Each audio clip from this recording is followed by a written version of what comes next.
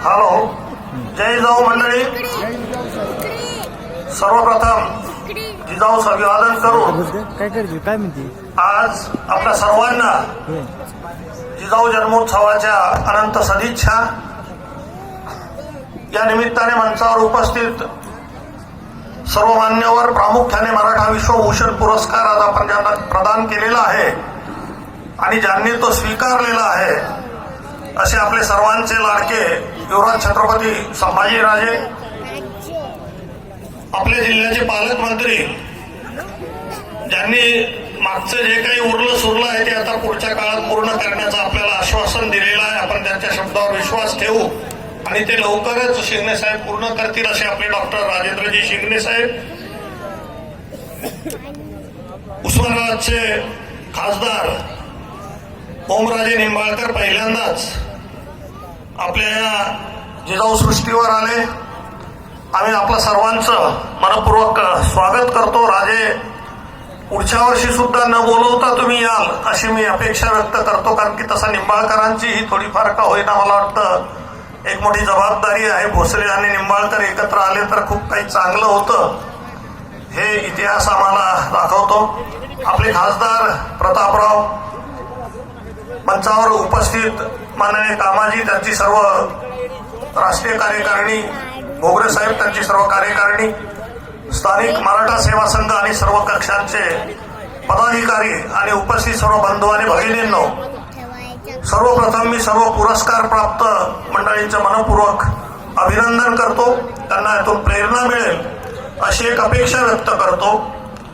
राजे खरं म्हणजे राणी साहेबांना सोबत आणणार होते, पण आता तुम्ही राणी साहेबांना सोबत आणत नसल्यामुळे हे लोकही जरा विचकटायला लागले की एकदा तरी आमची इच्छा आहे. उद्या त्यांचा बर्थडे आहे. आम्ही बोललो होतो की त्यांचा बर्थडे आपण इकडे साजरा करू, त्यामुळे चंद्रशेखर राणी यांनी बऱ्यापैकी तयारी केलेली होती आणि त्यांना जेव्हा दुपारी समजलं की राजे एकटेच येत आहेत तर जरा तोही कुठेतरी लपून बसल्यासारखा दिसलं तेव्हापासून.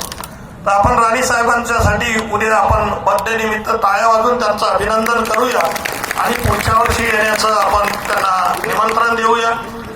मित्रांनो, यावर्षी शिंगणे साहेब म्हणाले जिकडे तिकडे आहे तिकडे गर्दीच आहे. त्यांना यायला जवळपास 1.5 ते 2 तास जो उशीर लागला, तर मंत्री असूनही त्यांची गाडी सुद्धा अडकली आणि त्यांना चालत यावं लागलं. आपली सगळी गर्दी ही वाढत आहे. या गर्दीला व्यवस्थित वळण लागावं, व्यवस्थापन व्हावं म्हणून आपण काही नवीन रस्ते तयार केले, परंतु आपली इकडे पार्किंगची जी काही सोय आहे ती खूप अपुरी पडते. पण हे नवीन रस्ते तयार करून देण्यासाठी आपल्याला सार्वजनिक बांधकाम विभागाचे गिरीश जोशी साहेब यांच्यासाठी टाळ्या वाजव. या लोकांनी यांच्या सर्व सहकार्यांनी खूप सहकार्य केलं आणि नवीन रस्ते तयार करून दिलेले आहे. हा रस्ता आपला कॉन्क्रीटचा होईल, हा रस्ता डांबरी होणार आहे. पोलीस यंत्रणेने यावर्षी खूप चांगलं काम केलेलं आहे. जे पोलीस इथे असतील नसतील त्या सर्वांनी त्यांच्या साहेबांनाही निरोप द्या की तुम्ही आमच्यासाठी जो काही त्रास घेतला त्याबद्दल आम्ही आपल्या प्रति कृतज्ञता व्यक्त करतो आणि एक चांगली व्यवस्था इथे आज केलेली आहे. स्थानिक सर्व प्रशासनाने, जिल्हा परिषदांनी यांनी काही व्यवस्था करून इथे आपल्याला टॉयलेट्स या सगळ्या काही सोयी करून दिलेल्या आहे आणि आपला हा जिजाऊ जन्मोत्सव खऱ्या अर्थाने आता राष्ट्रीय झालेला आहे. कामाजीने आंतरराष्ट्रीय करण्याचा एक संकल्प जाहीर केलेला आहे. आज आपल्या जिजाऊ ब्रिगेडच्या काही महिला उत्तर प्रदेशातल्या लखनौजवळ कोराई नावाचं गाव आहे तिथे पोहोचलेले आहे. बिहार, झारखंड, उत्तर प्रदेशामध्ये जिजाऊ जन्मोत्सव जवळपास बऱ्याच ठिकाणी साजरा होतो आहे आणि तिथे हिंदी भाषेमध्ये त्यांनी सुद्धा महाराज मी ताराराणी बोलते हे सुद्धा त्यांनी नाटक बसवायला घेतलेलं आहे. त्याचं फक्त ते स्क्रिप्ट आपल्याला तयार करून द्यायचं आहे आणि एक अत्यंत चांगल्या पद्धतीचं वातावरण तयार झालेलं आहे. कामाजीच्या गेल्या 2 वर्षाच्या अथक प्रयत्नातून जवळपास 24 राज्यांचे प्रतिनिधी आज इथे आलेले आहेत. त्यांच्यासाठी आपण टाळ्या वाजवावं. त्यांना कदाचित बोलता आलं नसेल, परंतु आपण एक चांगल्या पद्धतीने तो कार्यक्रम तयार करूया. शिवाजी महाराजांच्या जयंतीचा कार्यक्रम जो आहे तो सुद्धा आता परदेशामध्ये तुम्हाला माहित आहे गेले 10-12 वर्ष जवळपास 60 देशामध्ये तो साजरा होतो आहे. या पलीकडे आज आपल्याला बऱ्याचशा काही बाबी धावत्या फक्त सांगतो आहे. गंगाधर साहेब आणि सर्वांनी शिंदे साहेबांनी सुद्धा एक नवीन सरकार आलेलं आहे. आपण या नवीन सरकारचं टाळ्या वाजून अभिनंदन करूया.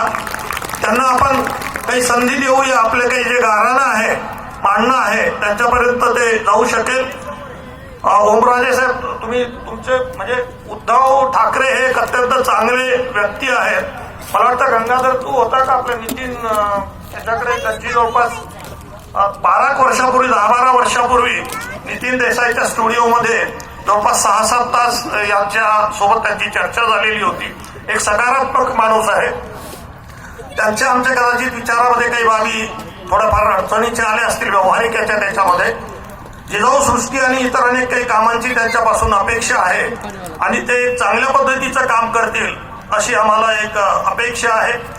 अनेक अडचणी आहेत जे तुमच्या कदाचित आपल्या सर्वांच्या बाहेर आहे, त्याच्याकडे पाहिलं पाहिजे आपण की सध्या अत्यंत एक तर्कहीन अशी अर्थव्यवस्था सगळीकडे काम करत आहे आणि त्याच्यामुळे आपण सर्वजण एक बेरोजगारी, महागाई या सगळ्याचे शिकार झालेलो आहोत. याच्यावर काही ना काही काम करण्यासाठी एक वेगळ्या पद्धतीने आपल्याला विचार करावा लागले असेल. सरकारी बँका असतील, नागरी बँका असतील, या लुटणाऱ्यांना अत्यंत मोठं अभय मिळत आहे आणि नकोय ते प्रश्न आज पुढे आज आपल्याकडे आणतायत. भारत आता सध्या आपण अत्यंत बिकट परिस्थितीतून जातो आहे.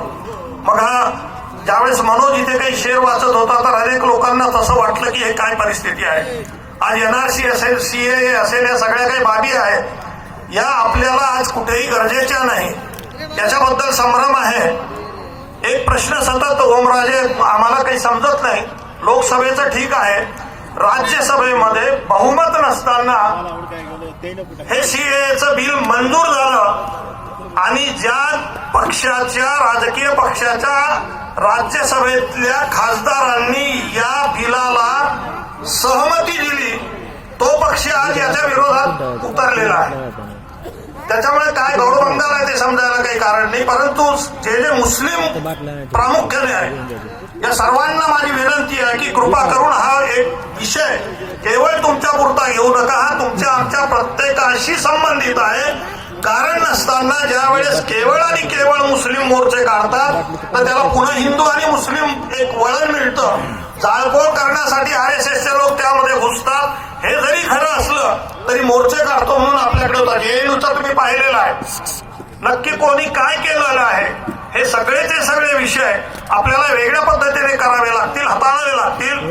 आज राज्यसभा आणि लोकसभा यांनी हे बिल मंजूर केलेलं आहे आणि केंद्र सरकारच्या गॅजेटमधून 1 जानेवारी 2020 पासून हे बिल आता मंजूर झालेलं आहे, लागू झालेलं आहे. आता अंमलात आणणं अत्यंत अवघड आहे. राज्य सरकार देतील न देतील 356चा वापर होईल काय होईल ते सांगता येत नाही. पण एक राजकीय अंगाने जर बघितलं राजे तर मला असं वाटतं की हे बिल अंमलात आणणं एवढं सोपं नाही. सहजासहजी अंमलात आणणं होणार नाही. परंतु आता राम मंदिरचा प्रश्न सुटलाय, 370चा प्रश्न सुटलाय, असे अनेक प्रश्न सुटल्यामुळे भाजप आणि RSS अडचणीत आलेले आहे. कारण की हे प्रश्न सुटल्यानंतर त्यांच्या आजच्या ग्रामपंचायत आणि अनेक राज्य सुद्धा निघून गेलेली आहेत. त्यामुळे 2024 मध्ये कदाचित संभाजी ब्रिगेडला अपेक्षित असलेलं एखादं सरकार बहुमताने दिल्लीत आलं तर तुम्हाला नवल वाटू नये. ते जर वाचवायचं असेल आणि पुढे पुन्हा नवीन तरुण पोरांच्या मध्ये काही गोष्टी ज्या आहेत, शिंदे साहेब एक वेळेस गुटखा परवडेल याच्यापेक्षा वाईट सध्या आपली तरुण पोरं आणि पोरी अगदी तुमच्या पक्षासह RSSच्या तावडीत सापडलेले आहेत. आपल्या घरापर्यंत रामदासी बैठका येऊन पोहोचलेल्या आहेत. याचा विरोध कसा करणार आहात? तुमच्याकडे राजसत्ता आहे, धनसत्ता आहे, परंतु दुर्दैवाने प्रबोधन करणारी जी फळी आहे ही जवळपास सगळ्या राजकीय पक्षातली संपलेली आहे आणि नॉन पॉलिटिकल रूट्स मजबूत करण्यासाठी राजे तुमच्याकडे कोणाकडे आज जवळपास ती ताकद नाही. अनेक वर्ष आम्ही सांगतो आहोत की आम्ही संभाजी ब्रिगेड, आम्हाला तुम्ही तुमची सेकंड फळी, दुय्यम फळी काही म्हटलं तरी हरकत नाही.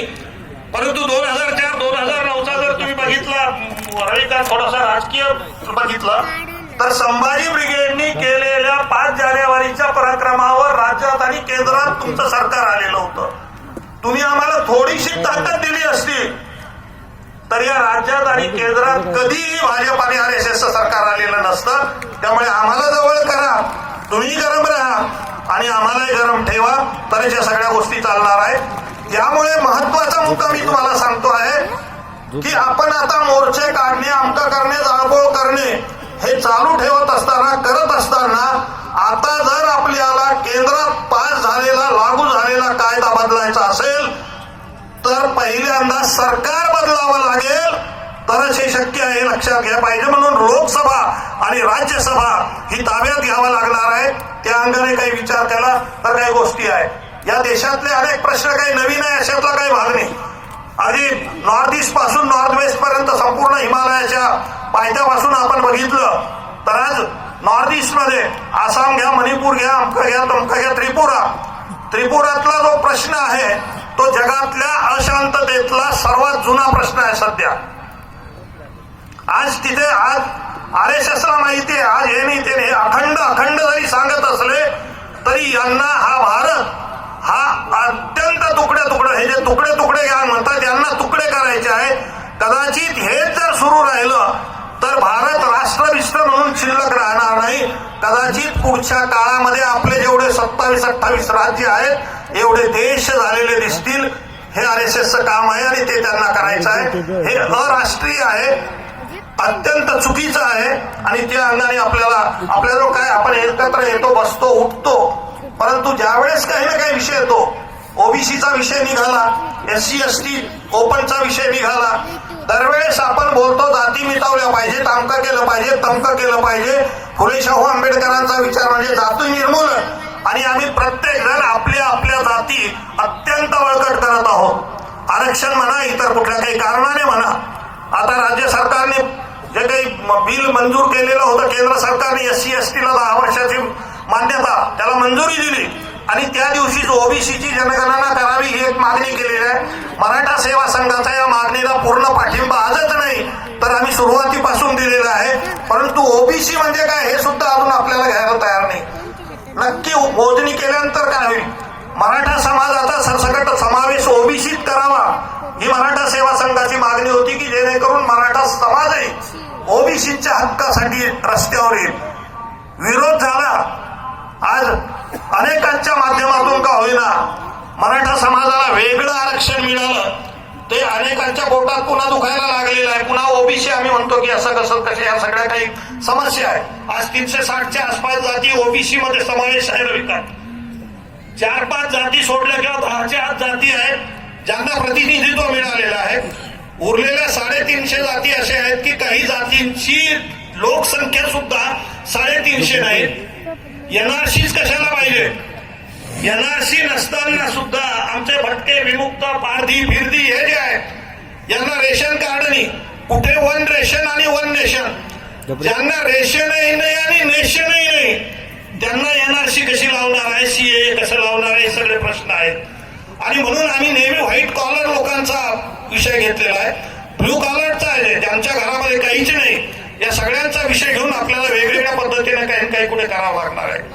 मराठा सेवा संघाने SC ST ला ज्या वेळेस पदोन्नतीमध्ये विशेष आरक्षणाचा कायदा 2004 मध्ये मंजूर झाला त्या विरोधात आजचे मराठा सेवा संघाचे अध्यक्ष विजय घोगरे साहेब गेले का? ह्या घोगरे साहेबांनी त्यावेळेस या कायद्याला चॅलेंज करणारी रिपिटिशन टाकली. काही ओबीसीच्या संघटना आल्या. पुढच्या काळामध्ये ओबीसीच्या संघटनांनी सगळ्या याचिका मागे घेतल्या आणि सुप्रीम कोर्टापर्यंत ह्या केसचा पाठपुरावा करून जिंकण्याचं काम मराठा सेवा संघाचे अध्यक्ष, मराठा सेवा संघाच्या माध्यमातून विजय घोगरे यांनी केलेला आहे. आणि त्याचा सर्वात जास्त फायदा ओबीसीला झालेला आहे. झाला की नाही घोगरे? सर्वात जास्त ओबीसीचे अधिकारी प्रमोट झाले. आणि तुम्ही म्हणता मराठा सेवा संघ ओबीसीचे प्रश्न हाताळत नाही. हा भाग नाही आहे. तुम्हाला आम्हाला सगळ्यांना एकत्र यायचं असेल, जवळ यायचं असेल तर किमान जवळच्या ज्या काही भिंती आहेत आपसातल्या त्या कमी केल्या पाहिजेत. मराठा समाजाला काही मिळावं म्हणून मराठा सेवा संघाची मागणी नव्हती ती ओबीसी द्या. तर मराठा युवकांच्या डोक्यामध्ये आरक्षण म्हणा किंवा इतर काही बाबीबद्दल जे काही आक्षेप होते किंवा काही किडे होते ते जर मारायचे असतील आणि सर्वांनी एकत्र राहून एकत्र लढायचं असेल तर मराठा समाज ओबीसीत आला तर आपण एक संघ राहू शकू आणि टक्केवारी वाढवून घेऊ. हे काही प्रश्न होते. या अंगाने पुढे जाऊया आपण. 2021 मला वाटतं आता 2020 मेच्या आसपास मला वाटतं आता विद्याचरण सुरू होत असेल ना तुमच्याकडे, ते आले असतील. 2021 ची जी जनगणना सुरू होणार आहे त्याचे जे फॉर्म बीम आहे हे तयार झालेले आहे. त्याच्यामध्ये मला वाटतं अजून एक जनगणना तशी तरतूद नाही. मग 2011 पासून आज ज्यांनी लढा सुरू केलेला आहे तेव्हापासून सुरू करायला पाहिजे होता. मोदी जे प्रधानमंत्री झालेले आहेत भाजपचे नाही तर सगळ्या देशातल्या ओबीसींना वाटलं की मोदी हे आपले आहेत. काय करणार, मोदी अपने हैं. याच्यामुळे मोदींना मतदान दिलं आणि लोकांनी खासदार निवडून दिले की आपला प्रधानमंत्री बनताय. आणि मग जेव्हा मी म्हणतो की तुम्हाला प्रधानमंत्री मिळाला आता ओबीसीचा, आता पुन्हा बोंब कशाला दिलं की नाही ओबीसी वाल्यांनी मतदान? अरे दिलं की नाही? तुम्हाला ओळखीचे असतील त्याचं सांगा. त्यामुळे आपल्याला नक्की विषय समजलेला नाही, समजत नाही. आम्ही इतके आहोत तितके आहोत, 85% आहोत, 90% आहोत हे म्हणणं सोपं आहे. पण आम्ही सगळेचे सगळे वाळूच्या कणासारखे आहोत. आणि या वाळूच्या टनामध्ये सिमेंट जात नावाचं ज्यावेळेस टाकलं जातं त्यावेळेस ते टन कॉन्क्रीट बनतं. आणि एकीकडे आम्ही जाती निर्मूलन बोलतो आणि पुन्हा जातीसाठी करतो. साधी गोष्ट आहे, 100 जागा निघाल्या ओबीसीच्या, 350 जाती आहेत ओबीसी मध्ये, कोणाला किती मिळेल? कोण ओबीसी असं म्हणणार आहे की याला आतापर्यंत काही मिळालेलं नाही, आम्हाला नाही मिळालं तरी चालेल? आहे का कोणी? ओबीसी जाऊ द्या, कोण मराठा आहे की 16 जागा आहेत आणि या 16 जागा आता आम्हाला नको आमच्या भावाला द्या म्हणणार कोणी आहे का? आहे का? त्यामुळे हे सगळं हम एक आहे वगैरे वगैरे वेगळं आहे. व्यवहारामध्ये हे कधीच टिकत नाही. हा व्यवहार धरून काही गोष्टी पुढे जर चाललो तर आपण एकत्र येऊ शकू, हे आपण लक्षात घेतलं पाहिजे. आणि म्हणून त्या अंकाने विचार करत असताना आपसामध्ये फूट पाडण्यासाठी रोज RSS भाजप यांना त्यांना आपण काही सांगत बसलो, विचार करत बसल्यापेक्षा आपल्या घरातून जे काही बाहेर चाललेलं आहे ते आपल्याला थांबवता आलं पाहिजे. त्याच्यासाठी मराठा सेवा संघ प्रयत्न करताय, पण मराठा सेवा संघ कमजोर झालेला आहे. आता आपलं हे सगळं सोपस्कार झालेलं आहे. गंगाधरणीची वाटलेली आहे क्लिप, मी वैतागलोय अशातला काही भाग नाही आहे. परंतु आज इतके वर्षानंतर आम्हाला छत्रपती शिवाजी महाराज, ताराबाई साहेब किंवा शाहू महाराज, सयाजीराव महाराज यांची उदाहरणं द्यावी लागतात, कारण की आपण काही केलेलं नाही. आपण त्या अंगाने पुढे गेलं पाहिजे, एकत्र आलं पाहिजे, काम केलं पाहिजे, पुस्तकं लिहिले पाहिजे, नवीन पद्धतीने पुढे जाण्याची गरज आहे. उद्योग, व्यवसाय, व्यापार याच्यामध्ये वेगवेगळ्या पद्धतीने पुढे झालं पाहिजे. शिक्षणामध्ये वेगवेगळ्या पद्धतीने पुढे गेलं पाहिजे. मागच्या वर्षी किंवा मागच्या 2 वर्षापूर्वी सुद्धा सांगितलं, जो सारथीचा विषय आहे महाराजांचा आपण टाळ्या वाजून अभिनंदन करूया. सारथी बंदबिंद होईल अशातला काही भाग नाही आहे. पण 3 जानेवारी 2017 मला वाटतं सारथीचा पहिला निर्णय सरकारने घेतला, जाहीर केला. 12 जानेवारीला मी त्यावेळेस म्हणालो होतो की भारतीच्या तुलनेत सारथी चालली पाहिजे असं वाटत असेल तर मराठ्यांच्या पोरांनी आर्किओलॉजी असेल, अँथ्रोपॉलॉजी असेल, हिस्ट्री असेल, सोशिओलॉजी असेल याच्यामध्ये गाडून घेतलं पाहिजे. आणि डिफरंट डिसिप्लिन जे आहेत, मल्टीडिसिप्लिनरीचा योग आहे, तिथे आपल्याला नोंदणी केली पाहिजे. सारथीमध्ये गंगाधरने फक्त वेळ दिलेला आहे, बाकी लोकांनी पत्रकं भरपूर केले. परंतु आर्काइव्ह मध्ये जाणे, माहिती तयार करणे, त्यांना देणे, परिहार बरोबर चर्चा करणे, बैठका घेणे, हे काम आपल्याकडे झालेलं नाही. गंगाधर झालेलं महाराज एकही मराठ्याचा पोरगा पोरगी अजूनही तिथे पूर्ण वेळ काम करण्यासाठी मिळालेलं नाही. म्हणून तुम्ही लोकांनी लक्ष घातलं पाहिजे. तेव्हा आलाय व्हेरी गुड. तर हे सगळ्या काही बाबी आहेत. हे जर झालं तर आपलं काही काम पुढे होणार आहे, अन्यथा अत्यंत अवघड आहे. नाहीतर वेगवेगळे प्रश्न सुरूच राहणार आहे. त्या अंगाने पुढे जाण्यासाठी आपल्याला काय करता येईल हा एक भाग आहे. NRC असेल, CAA असतील, हे विषय आहेत. आता मुद्दाम बांगलादेश, अफगाणिस्तान आणि पाकिस्तान आपण सगळे सार्क मध्ये एकत्र आहोत. दुसरी गोष्ट, नागरिकत्व कोणाला द्यायचं हे सर्वचे सर्व ठरवण्याचे अधिकार केंद्र सरकारला आहे. चाळणी लावून कोणाला द्यायचं आणि द्यायचं नाही हे कोणीही चॅलेंज करू शकत नाही.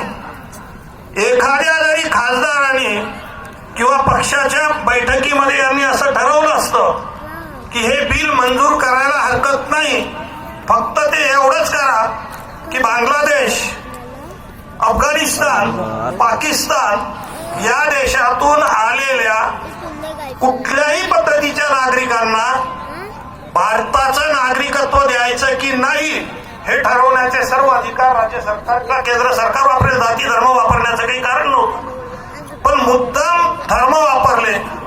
आणि ज्यांनी गांधीकडे मागणी केली होती की या देशातून मुसलमानांसोबतच ख्रिश्चन, पारसी, येहुदी या सगळ्या लोकांना हाकलून द्या, त्यावेळेस गांधी म्हणाले होते हे परकीय आहेत, याबद्दल दुमत नाही. पण त्याच्या पाठीमागे गेले तर आर्य ब्राह्मण या देशातले पहिले आक्रमक आणि परकीय आहेत, पहिल्यांदा त्यांना बाहेर काढायला पाहिजे. हिंदुत्वावर बोलला गंगाधर. आपण काय झालेलं आहे मराठा सेवा संघात मी अनेकदा सांगितलेलं आहे की भगवा असेल, हिंदू असेल, हिंदुत्व असेल, हे सगळे बहुजन समाजाचा सर्वांगीण हित जिथे जिथे होत असेल तेथे हिंदुत्व मराठा सेवा संघाला मान्य आहे. काही प्रॉब्लेम आहे? काही प्रॉब्लेम आहे का? भगवा झेंडा आपण चालवतो ना, RSS वाले नेतात, बऱ्याचदा कन्फ्युजन होतं, हो भगवा आहे, भगवा आहे, भगवा आहे. एवढंच नाही तर जयसिंगराव मला याचे केरळचे म्हणाले की आमच्या केरळमध्ये राजे शिवाजी महाराजांची जयंती किंवा असा काही कार्यक्रम घेते का जयसिंगराव? ज्यावेळेस करायचा किंवा आम्ही बैठका घेतल्या, इव्हन तिथले CPM वाले कार्यकर्ते म्हणायला लागले की अरे कुछ हिंदुओं का कार्यक्रम आहे, शिवाजी महाराज तो मुस्लिम. हा जो अपप्रचार झालेला आहे आणि ज्यांनी केलेला आहे, दुर्दैवाची गोष्ट आहे की त्यांना छत्रपती शिवाजी महाराजांचं प्रतिरूप म्हणून काही चमचे, लुच्चे, लफंगे लोक करत असतील तर त्याचा केवळ धिक्कार करून चालणार नाही. फार तर त्यांनी जर असं वाटत असेल की त्यांचं नाव कुठेतरी शिवाजी महाराजांशी जोडलं जावं तर एक तर ते रद्द करावं, किंवा थोडीशी सूचना माझी अशी आहे की छत्रपती शिवाजी महाराज के मावळे आसके असं फार तर म्हणता येईल म्हणायचं, किंवा शिवाजी महाराजांच्या नावाने सत्ता गेली, स्मारक झालं, परंतु काही पुढे होऊ शकलेलं नाही. शिंगणे साहेब, आमची एक विनंती आहे, तुमच्या जुन्या सरकारच्या काळामध्ये हे जे बदललं जमिनीवरून अरबी समुद्रामध्ये अशोक चव्हाण मुख्यमंत्री असताना, तर ती चूक दुरुस्त जरी केली आणि जमिनीवर बघा साहेबांशी बोलून किंवा मुख्यमंत्री उद्धव ठाकरेंशी बोलून की जर छत्रपती शिवाजी महाराजांचं स्मारक, सरदार पटेलांचं स्मारक जसं कमीत कमी दिवसात झालं, कारण की ते जमिनीवर आहे, तशा पद्धतीने जर आपल्याला खरोखर ते स्मारक